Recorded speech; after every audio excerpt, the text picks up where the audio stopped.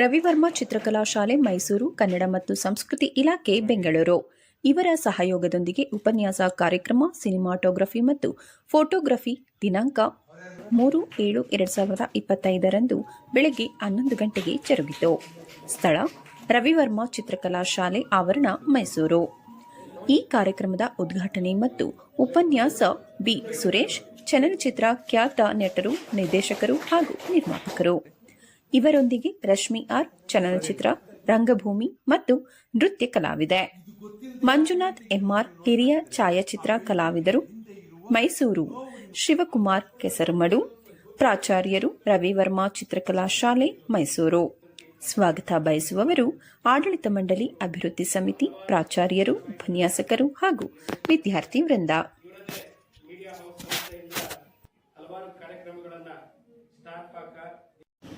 Sir ಹಾಗೆ ಇರಿ.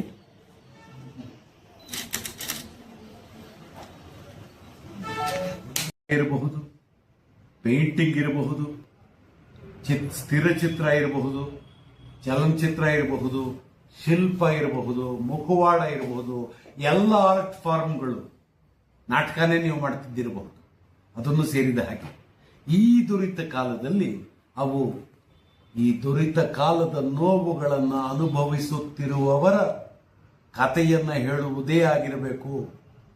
ಅದನ್ನು ಹೊರತುಪಡಿಸಿ ನಾವು ಬೇರೆಯ ಸುಂದರವಾದ ಕಥೆಯನ್ನು ಬರೀತೀವಿ ಅಂತಂದ್ರೆ ಅದು ನಾವು ಈ ಕಾಲದಲ್ಲೆಲ್ಲ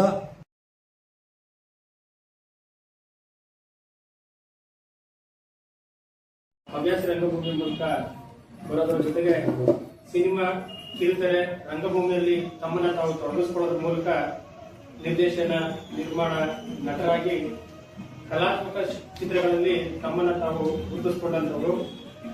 ನಿಖಿಲೇಶ್ ಸೀತೆಯರು, ಜಂಬೂ ಸವಾರಿ, ಪುಟ್ನಾಜ, ಹರಕೆ ಕುರಿ ಮುಂತಾದ ಚಿತ್ರಗಳಿಗೆ ಚಿತ್ರಕಥೆ, ಸಂಭಾಷಣೆಯನ್ನು ಕೂಡ ಬರೆದಿದ್ದಾರೆ. ಇವರು ನಿರ್ದೇಶನ ಮಾಡಿರ್ತಕ್ಕಂಥ ಧಾರಾವಾಹಿಗಳು 4 ಪ್ರಾಯಶಃ ಫೈನಲ್ ಅಥವಾ 2ನೇ ವರ್ಷ 3ನೇ ವರ್ಷದಲ್ಲಿರೋರಿಗೆ ಆಗ್ತಾ ಇರುತ್ತೆ. ಅದರಲ್ಲಿ ವ್ಯಾನ್ ಗಾಗ್ನ ಕಡೆಯ ಚಿತ್ರ ನೆನಪಿದೆಯೇ? ವ್ಯಾನ್ ಗಾಗ್ನ ಕಡೆಯ ಚಿತ್ರ ಏನಪ್ಪ?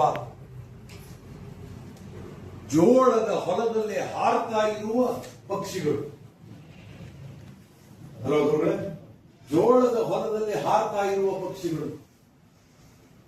ಆ ಜೋಳದ ಹೊಲದ ಹೀಗೆ ಅದು ಗಾಳಿಗೆ ಬೀಸ್ತಾ ಇದೆ, ಪಕ್ಷಿಗಳು ಹಾರ್ತಾ ಇದೆ. ಆದ್ರೆ ನಿಮ್ಗೆ ನೆನಪಿರಬೇಕಾದ ಏನು ಅಂದ್ರೆ, ಆ ಚಿತ್ರ ನೋಡುವಾಗ ಆ ಚಿತ್ರ ಬರೆದ 5 ನಿಮಿಷದ ನಂತರ ವ್ಯಾನ್ ಗಾಗ್ ಆತ್ಮಹತ್ಯೆ ಮಾಡ್ತಾರೆ, ಗೊತ್ತಾಗುತ್ತೆ.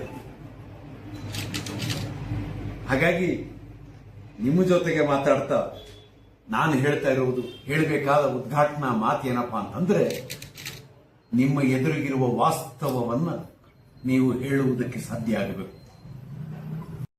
ಮ್ಯೂಸಿಕ್ ವೋಕಲ್ ಮಾಡ್ತಾ ಇದ್ದೀನಿ ಪ್ರೆಸೆಂಟ್. ಸಿನಿಮಾಗಳ